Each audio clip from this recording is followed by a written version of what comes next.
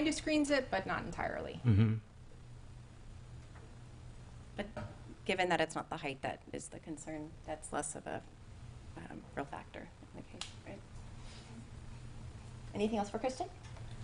If the applicant would please come forward and share your case. Sure. Yep, and just if you can state your name and address for the record, and then answer the posed questions as well as just give us the general story for what's going on here. Okay. My name is Paul Huggins. My address, my home address, 2058 Red Cedar Lane, Clearwater, Florida, 33763. The reason for putting it there was, as we said, the Generac, everything was designed to go in that little alcove, and the Generac's requirements were so that there wasn't room for the condenser. And I did not have the foresight to apply for the variance before building it. I just built it and didn't know that I had to get a variance, so here we are. What are the dimensions of the Generac versus the condenser? If you swap them, would that be an option to have less of a setback encroachment? The Generac has to be off the wall, what was it? 3 feet. So it would actually be wider than the generator, or than the condenser is. So if the first option was, let's not do a Generac, but the daughter has special medical needs. She has several, but not having a backup generator was not an option. She has respiratory issues, so not having the air conditioning working was not an option, so we moved it over there. The other option was to put it up on the roof so that it was within the setback, but the neighbor was very against that because it put it right up by their window. So. Are you the builder of the property? Yep. Have you done buildings before that have included the planned? I'm trying to understand why the plans were submitted and the permits were given for this dimensions, and that there wasn't foresight to know that they wouldn't fit. Well, that's a great question. I asked the architect while we were in the meeting if, I said, this doesn't go here. It doesn't fit. And we put it on the outside. And he said, yes, we'll just put it over somewhere else. So that was the end of that conversation. I should have asked more questions. What happens if we're in the variance with this condenser? Would have been a good question. I know that there are a lot of requirements for the generator, and it can't be too close to the wall and so forth. But there's a lot of space above the generator. Was that a consideration? Just going to ask that, yeah. It was. So with the space above it, if you've got a roof over it, you interrupt the airflow because the airflow is coming up and going around, and if you're in that dome of air and interrupt it, it's the same reason we can't raise it up. There have to be a certain height away from a soffit. It interrupts that airflow. It can overheat the machine, becomes a hazard. So they have a certain requirement of how far away from the soffits or away from the ceilings that it can be. That was one of my first thoughts was, hey, let's double stack them, and it's not enough. There's not enough height there to give you the airflow you need. If you were denied, what option would you have to be able to remedy this? The only thing I could think of is it'd have to go on the roof. There's glass all along the back wall. You already said that the neighbor would object to that. He would, but if it's within the setbacks, and it's within the rules, then an objection wouldn't really matter. Unfortunately, I mean, I hate to do that to him, but that'd be the outcome. And it would vibrate the ceiling and make noise in the house and all that fun stuff. But Any other questions for the applicant? No. Thank you so much. If we have further questions, we'll bring you back up. thank you. Is there anyone else here today that would like to speak on behalf or in opposition of this case? All right, hearing none, we'll close open comment and open for board discussion.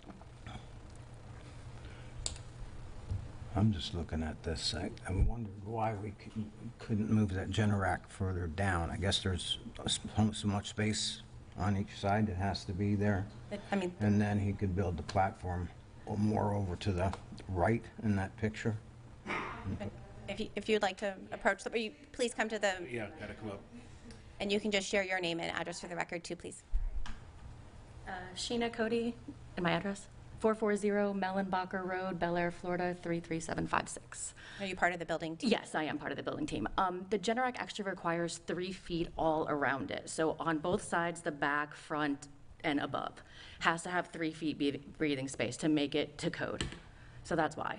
Okay. Thank you. You're welcome. And we did not hear from the neighbor that will be most affected by this. There were no letters for or against. There's testimony that the neighbor is in opposition of it going on the roof. No, not on the roof, oh, yeah, no. If that, the Yeah, yeah, alternative, yeah. yeah. Did you talk to the neighbor? And what'd they say? He's okay with it staying where it is. He said if we raise it to the roof, he would object because then it's Yeah. in front of his bedroom window. Where it is, but lifting it higher, he Conversation would with the not. board now, okay? If we want to bring them back up, we can bring them back up, but right now we're at board Yeah, you're right. discussion. I think that, again, there's a medical hardship here, the neighbor's not opposed to it. I don't see it as an issue. I agree with you. Yeah, I mean, I think in general, after the fact, new construction, like, we shouldn't be here. So I'm not sure how much building you've done around St. Pete Beach, but please take note of this in the future, that we have setback requirements, and it's really hard for us to provide those variances when it's a new build. But I agree with you, I understand the medical situation. I think they've done their due diligence in talking with neighbors and trying to figure out the most neighborly solution. So would be in support. Well, in that case, I propose, I make a motion to pass case number 26039 with staff recommendations that that platform be used for nothing else but the air handler. I second that. Member Core, Yes? Member Small, Yes. Member Schmidt, Yes. Chair Chase. Yes. The motion carries. Moving on to our second action item of today, case number 26043. Brandon, you want the click?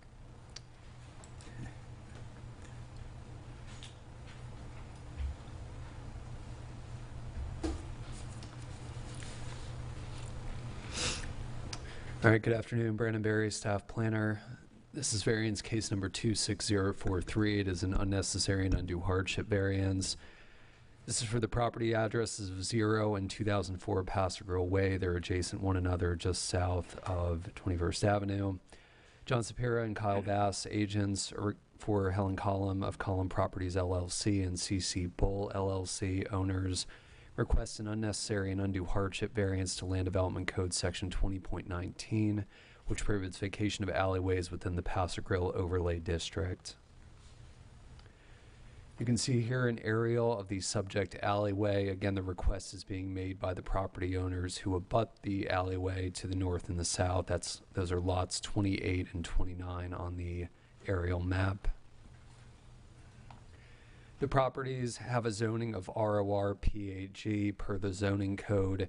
When there is a dedicated right-of-way, the zoning of the adjacent property runs to the center line. Therefore, the zoning of the alleyway is considered ROR PAG. That's residential office retail within the Paso Grill Overlay District. It is a low to moderate intensity mixed-use zoning district within the Paso Grill Overlay.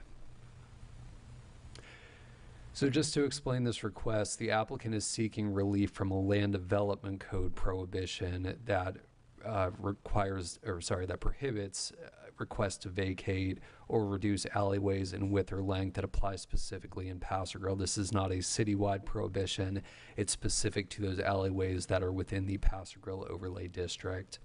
The alleyway that abuts the subject properties were dedicated by plat to the city in 1913. You can see that on the Phillips Division plat on the bottom of the screen. Just to explain the Board of Adjustment's role in this case, the Board of Adjustment is not deciding on whether to vacate the alleyway. That is the purview of the City Commission. It's established in the City Charter, Section 1.03.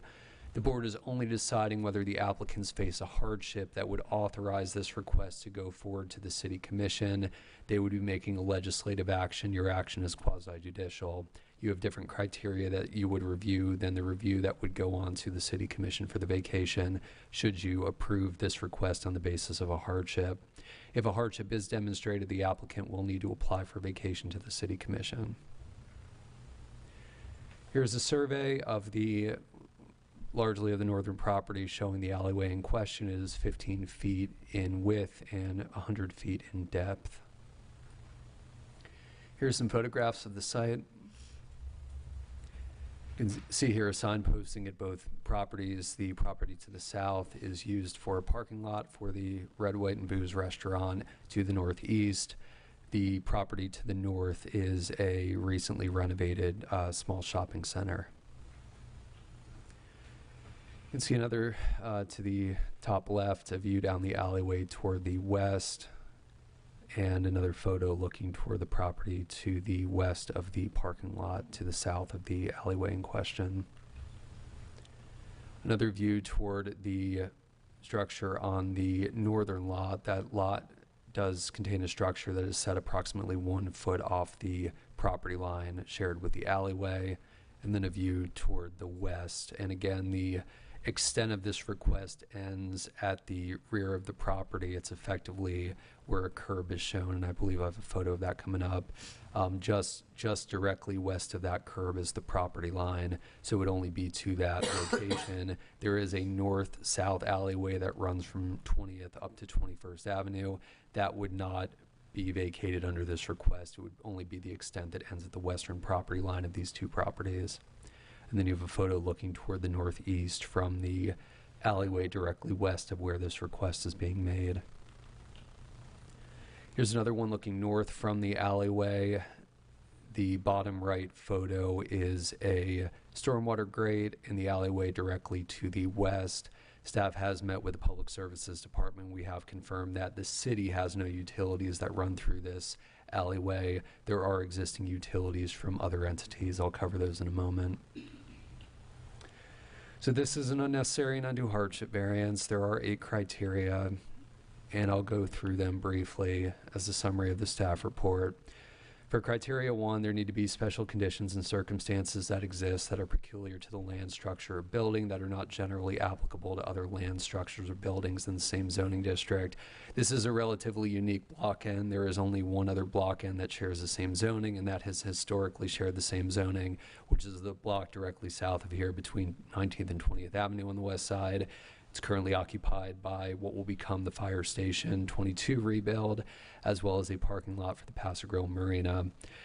There are other west-east alleyways in the same configuration and zoning throughout this plat that were vacated in the mid-20th century. The block I was just talking about directly south of here that shares the same zoning that was vacated in the 1960s, and the Fire Station 22 property, as well as the parking lot for the Paso Grill Marina. They each own a half of the alleyway that was vacated back in the 1960s. This is the only remaining west-east alleyway in a similar configuration that still exists in the Paso Grill Overlay District.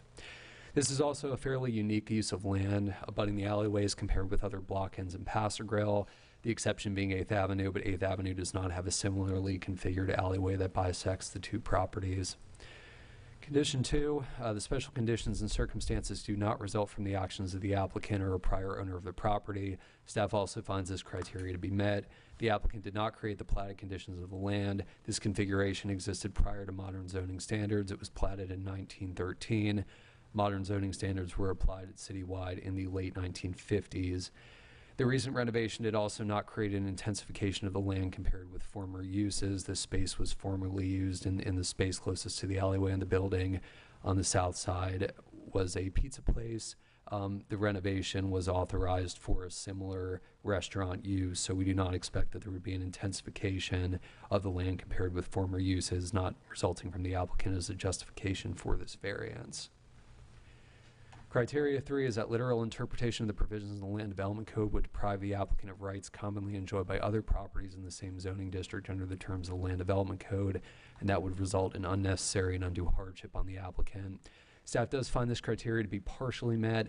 We do find that literal interpretation does cause deprivation to the applicant compared to the other properties in the vicinity. As I mentioned before, the alleyway to the south of the same current zoning. Historically, they have shared the same zoning that was vacated in the 1960s when it possessed a commercial zoning. However, staff does not find that this creates an unnecessary and undue hardship based on the submitted narrative. I do understand that the agents for this case are prepared to respond to this and provide more detail and justification.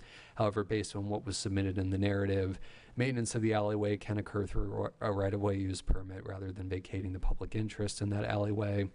0-foot setbacks are common in historic commercial areas in Paso Roble generally. The building, despite being 1 foot off the property line, does comply with the current zoning requirement. The building is allowed to be set on the property line, as we see along 8th Avenue and in other historic areas in the community. We do acknowledge that the alleyway width of 15 feet is fairly narrow, especially for more recently platted neighborhoods, areas of St. Petersburg. You tend to have 20-foot alleyways through commercial areas, but 15 feet is not unusual for St. Pete Beach in general or for the Paso Roble area, and we do not find that that renders a hardship based on the current scope of proposed work that we are aware of.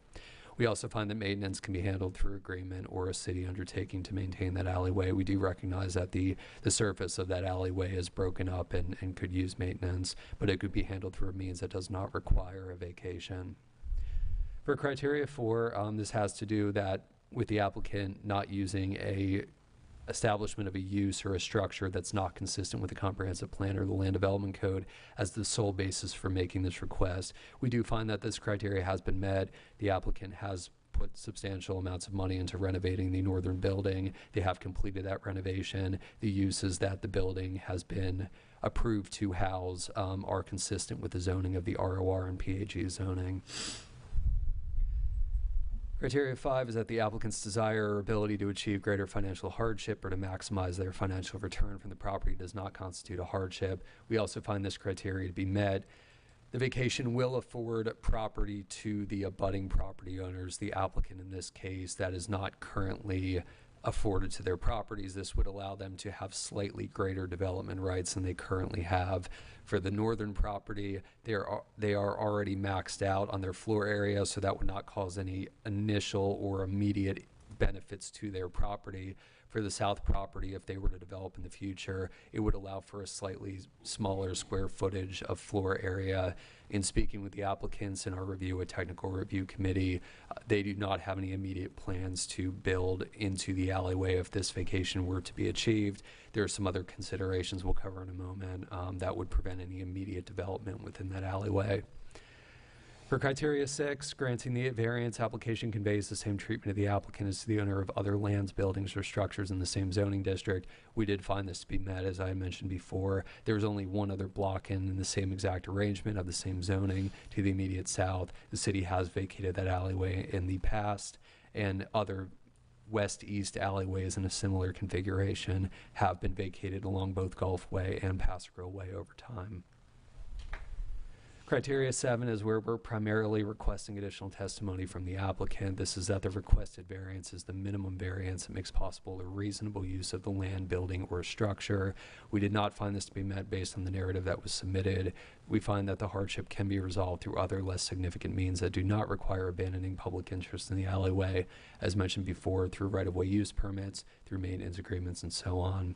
The side setback relationship of the building to the alleyway is permitted under the current zoning codes. We do recognize that it's fairly unique citywide and even within Paso Roble to have a side setback of effectively 1 foot. That could pose challenges. We do feel that those could be resolved through maintenance agreements and right-of-way use permits, but should in the future it pose a challenge to the applicant, it could be addressed relative to the setback issue at that time. For criteria 8, the requested variance is in harmony with the general intent and purpose of the Comprehensive Plan and Land Development Code. It would not cause injury to the neighborhood or be otherwise detrimental to the public safety and welfare. It would be compatible with the neighborhood, and it will not substantially diminish or impair property values within the neighborhood. Staff found this criteria to be generally met. The city has no identified need for maintenance of the alleyway at this time from a utility perspective. While the city's pending code amendments that would require access to western residential property from the alleyway under a new development proposal may place a greater burden on those residents, staff did not find that that burden at this time would substantially diminish property values.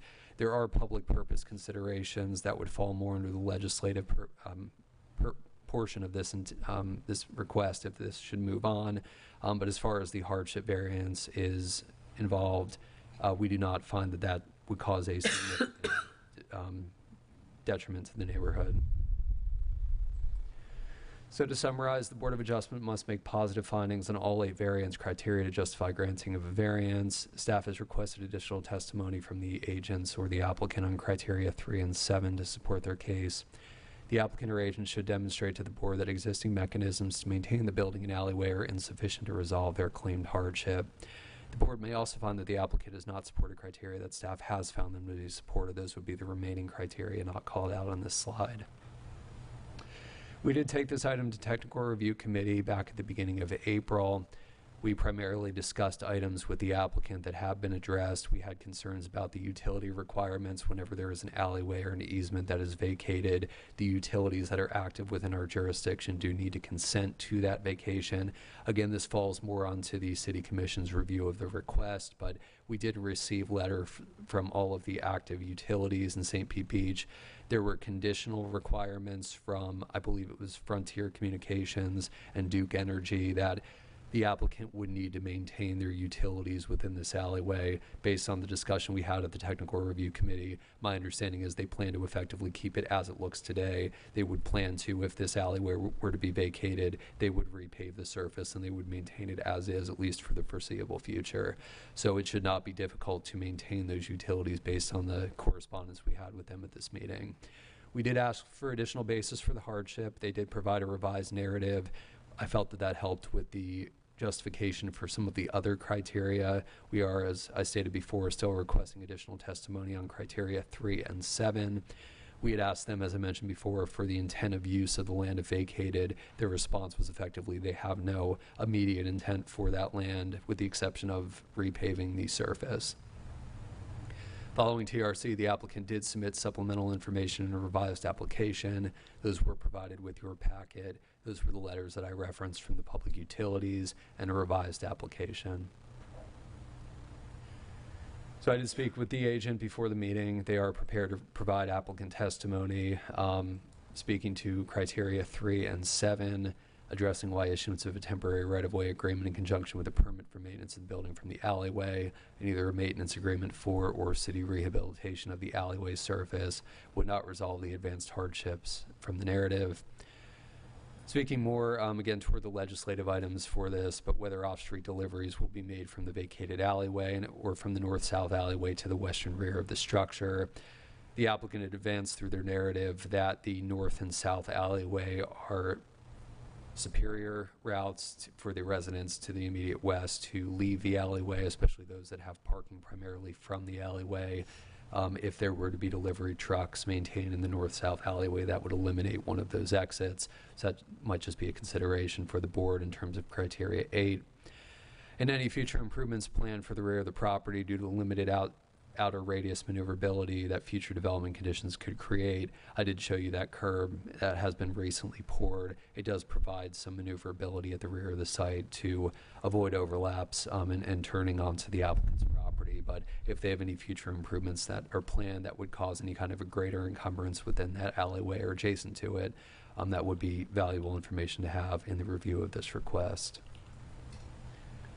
So staff had asked for the applicant or agents to address the prior request, provide additional support for their development request. Should the applicant or agents provide additional information to satisfy the board that substantial and competent evidence has been provided? Should the board look favorably on the application for relief request?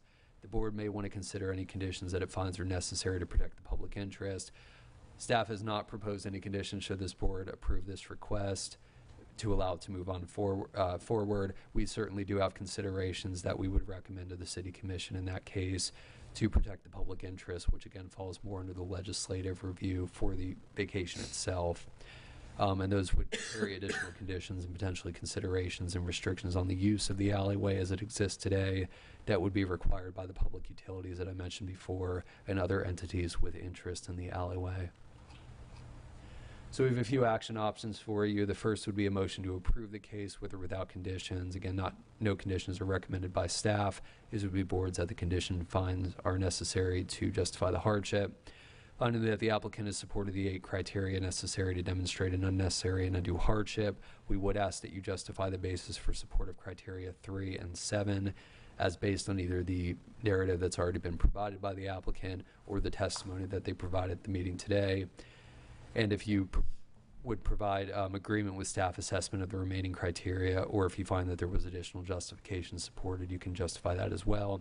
You can motion to deny this case, finding the applicant has not supported the criteria. That could be 3 as 7 as proposed by staff. If you find that there are other criteria that were not met, you would include those in this motion as well.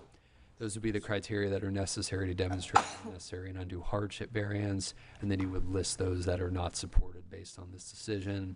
If you feel that you need more information, either from staff or from the applicant or agents, and you feel that you cannot make a decision based on the information that is presented today, we would ask for a motion to continue this case to a specified date, pending the additional information that you feel is necessary to support this case.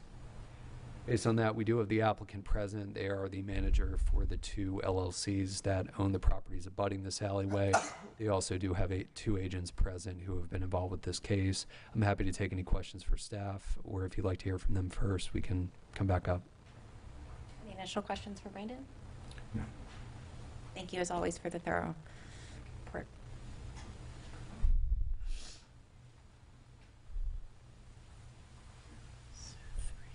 Good afternoon. Kyle Bass, agent on behalf of the owner, Ms. Column. I would like to address a few things first. The property to the south, just to familiarize you guys with the area, the property to the south of this alleyway is a parking lot. It is what I would consider legally tied to the property across the street, Red, White, and Booze, the restaurant. It is the parking lot. It houses the necessary parking for that restaurant. So it could not be developed without some sort of a significant change to Red, White, and Booze. So that's what I would consider pretty locked in. The other thing I wanted to point out is that this would be the only, Mr. Berry said in his presentation that this is a 1-foot setback, which is a common setback amount in this zoning district. However, this would be the only building with a 1-foot setback that abuts a public right-of-way, a public alleyway, since the other ones have all been vacated. Okay. The other thing that I would do is something that we attach to our proposal or our application is Exhibit F. We attached a resolution number, the city's resolution number 46, which is just kind of a clear picture of all the alleyways that have been vacated in the city. And then we also attach an above view of the surrounding area that you can see all of the alleyways that have been vacated, leaving only this one that we're talking about today. Okay. So I want to address, now I want to jump to the end where Mr. Berry left off with the additional testimony. The questions were, or the presentation was, why issuance of a temporary right-of-way agreement or maintenance of the building, for maintenance of the building from the alleyway, and either a maintenance agreement for or a city rehabilitation of the alleyway surface, why that would not resolve the primary hardships advanced in this narrative. So I'm going to address each one in turn, starting with the temporary right-of-way closures. And that is I think that's the most absurd one to do. That would be every piece of maintenance, every work that would be required on the southern side of the northern property, so the wall that abuts the alleyway, would require that right-of-way permit. It would require closure of the public right-of-way, everything from non-permitted work like cleaning the windows, painting the walls, to everything else that would require permits. Ladders go up, scaffoldings go up. It's going to block part of the alleyway, and as the permit is drafted, it looks like, sounds like anything that interrupts or blocks or interrupts the use of the public right-of-way would need this permit. And so then to require the owners of the property, every single time something needs to be done, to apply for this permit, which I would call your attention to, has over 26 conditions that it has to, conditions of approval that they have to adhere to. And I say over 26 because the last one is other conditions of approval, and then whatever those are. So to require that every single time, I would say that would be part of the hardship, especially since all of the other alleyways have been vacated. So temporary closure is a short-term, maybe short-term solutions, but it doesn't address the overall hardship for the owners. The next one is the maintenance agreement. This one, to me, doesn't work for multiple reasons, mostly from a legal standpoint. This would be the owner taking on maintenance obligations and responsibilities of a space that's held out for public use. To me, that's a liability problem as an attorney. So I would never recommend that. It would be taking on the responsibility of paying for improvements and updates and upgrades of public property without the ownership benefit of having control or responsibility of the land. So that to me doesn't work from a legal standpoint.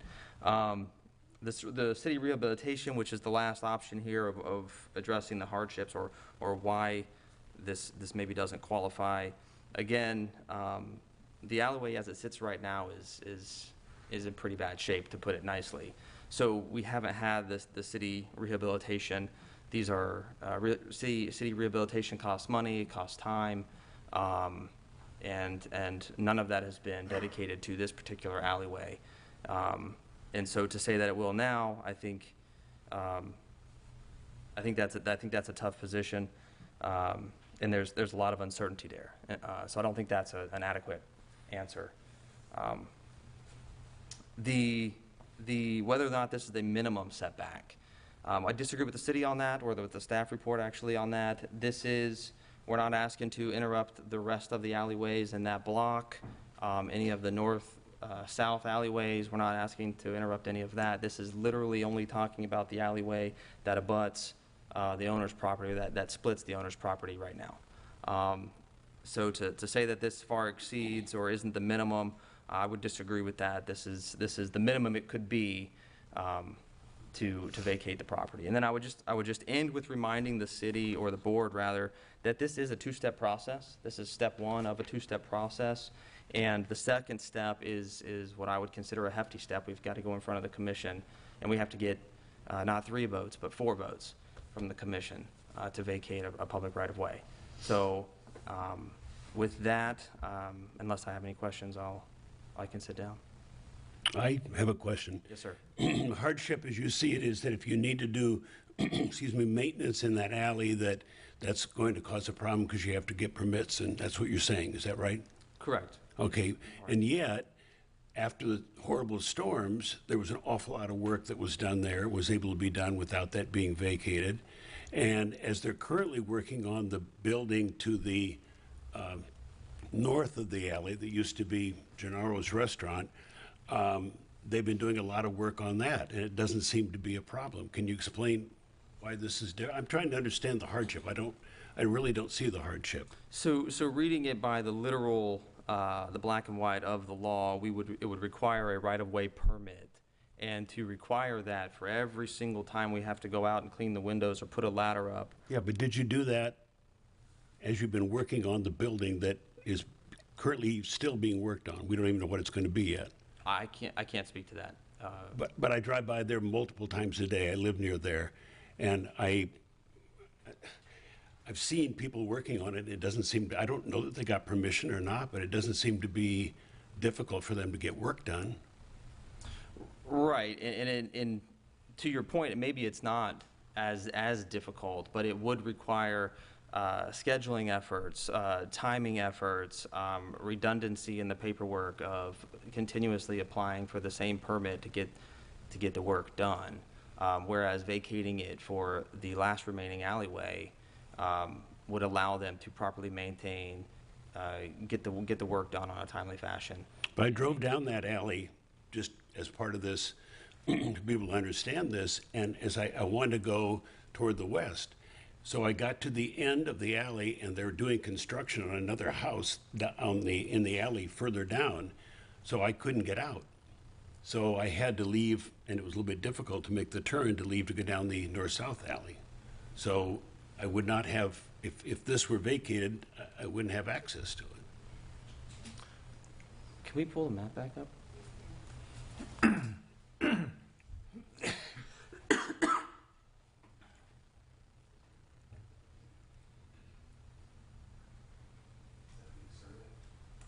Even just an aerial view, just so I can get a better understanding of the question.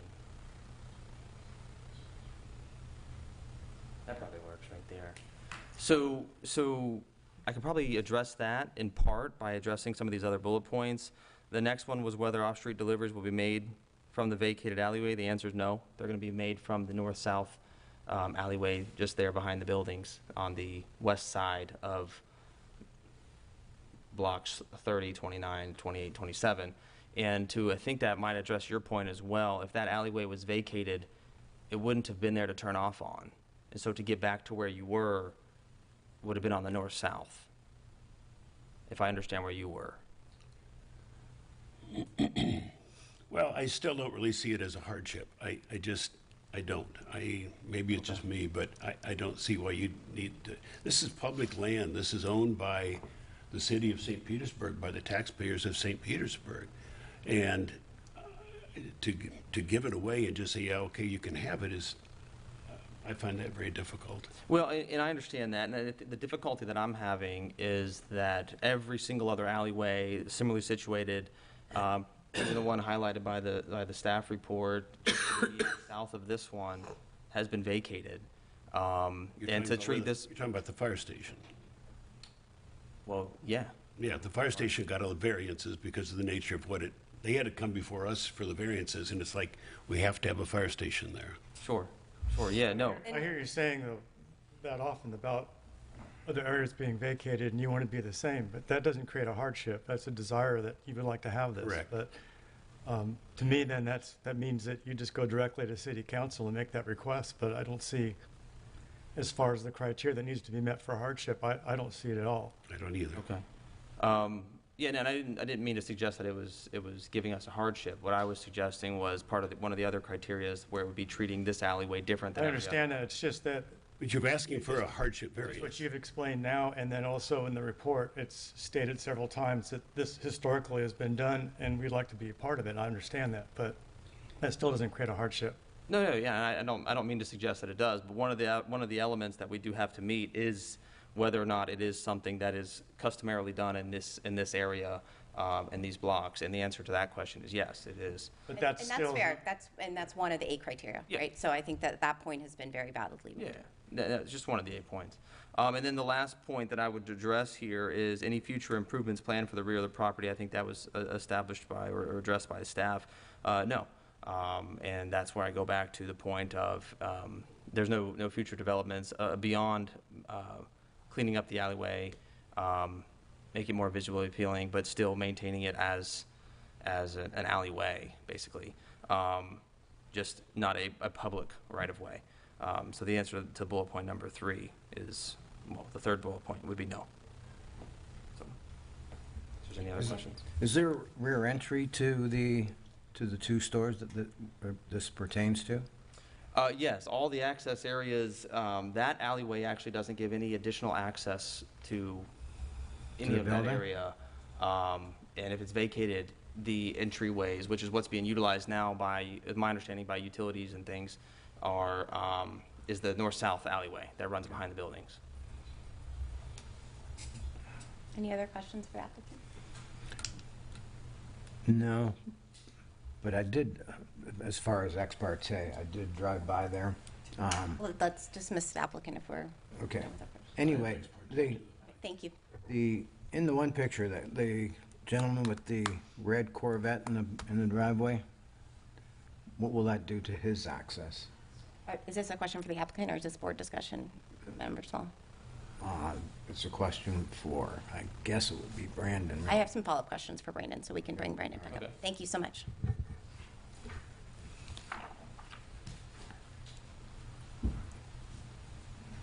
And before Brandon, can we run through ex parte? I drove by. And the other thing was I received an email from someone directly to my email, Bob Shiros, I believe it is, asking me to deny this case. And that was shared with the city and Yeah. Circulated We have prior to another today's rather meeting. long letter Yes, we do. detailing. So I received those emails and I did a drive-by. And I had a couple of conversations with Bill Lowry because this came before the Historic Board first, and so he has some background on it, so I did talk to him.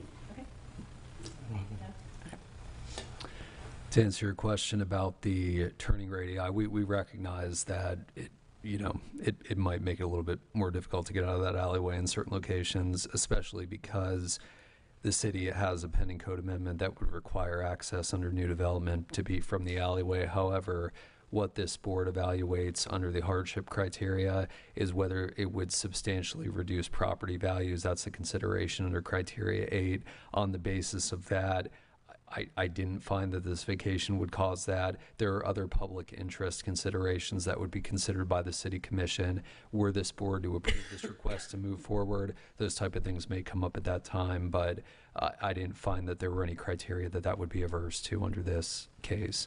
And what is the city's policy on maintaining alleyways? Like the comments were made that this alleyway was in poor condition. I don't know for this specific alleyway. We did have our public services director present at technical review committee. We talked about the surface of the alleyway. If this were to be taken over by the abutting property owners, they would be responsible for that surface as anyone's responsible for their own parking lot or other paved surfaces. I don't know the schedule for repaving of this alleyway, though. Eventually, it would be taken on by the city, and It would eventually be paved. I just don't have a date. Understanding, our role here today is to determine is this hardship, does it meet all 8 criteria or not? I agree based off the testimony that 3 and 7, I'm having a hard time understanding how those are being validated. One of the things the applicant shared was the hardship of having to go through a 20-plus page permit every time they wanted to do something as simple as clean the windows. Understanding that this has been a restaurant historically and well-maintained, I can't imagine that is the requirement from the city, but could you please just confirm what they would and wouldn't need to do a permit for, as well as if we've had any other successful maintenance agreements with similar properties in the past that didn't cause any legal concerns? Are there windows on the, I gotta get this right, south side of that building? Yes, sir. I'll pull up the photos. You can see some there on the that is the alleyway looking north from the parking lot. For the maintenance agreement, we do have a right-of-way utilization permit. It's only one page that the applicant fills out. That is typically, and what I had provided the statements in the staff report pertaining to, that has to do with larger permits, so that would be an authorization through the permit. They did receive permits to renovate the building, and that is something we would typically authorize through the permit scope. For daily maintenance or weekly maintenance, we hadn't discussed any kind of a more informal maintenance agreement for window cleaning and potentially painting, touch-ups and things like that. I do feel that's something we could probably work out, but I don't have a direct answer for that right now. I was looking more at the longer term, more substantial permit applications. So, Did you have any additional questions for Brandon? Thank you. Is there anyone else here today that would like to speak on behalf or in opposition of today's case? Please come forward.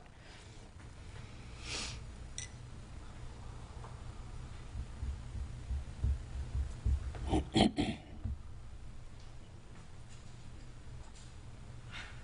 here. Thank you. If you can just state your name and address for the record. I'm Marilyn Ormar. I own the property at 103 20th where that red Corvette was parked. That alleyway, to me, should never be relinquished I've owned that property since 1968. It's been there since I bought the property. The city can't give away land. I just don't feel that it should be given away. And that's my personal, and then on top of that, my neighbors use that alleyway to come in because they can't make the turn into the other alley. There's too many poles there. So they use that as their main entrance. They come through there to get to their parking because they park in the back of their house. So I'm here just to say I don't think this should go through. That's all. Thank you for coming. Thank you.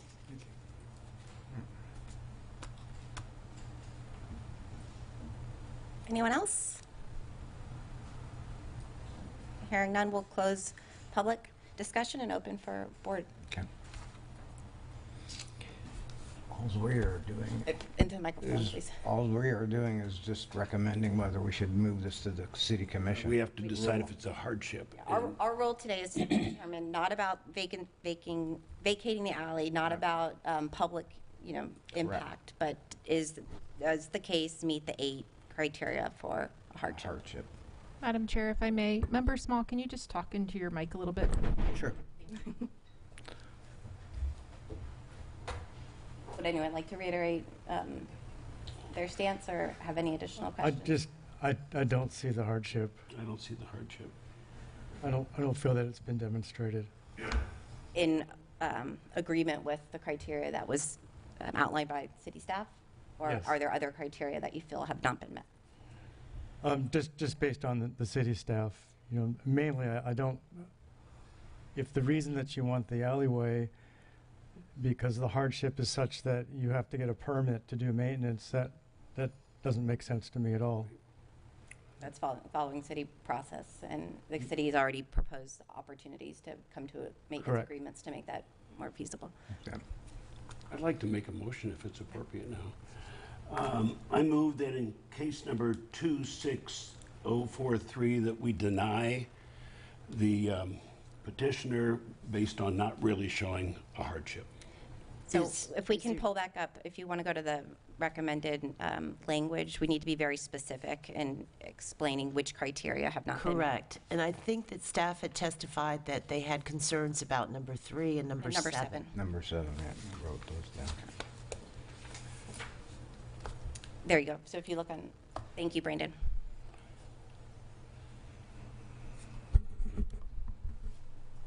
Yeah, motion to deny variance case finding the applicant is not supported the criteria necessary to demonstrate. So and you just need to include which criteria numbers. Where do I see that? 3 and Specify 7. criteria numbers. The first paragraph. Oh, 3 and 7.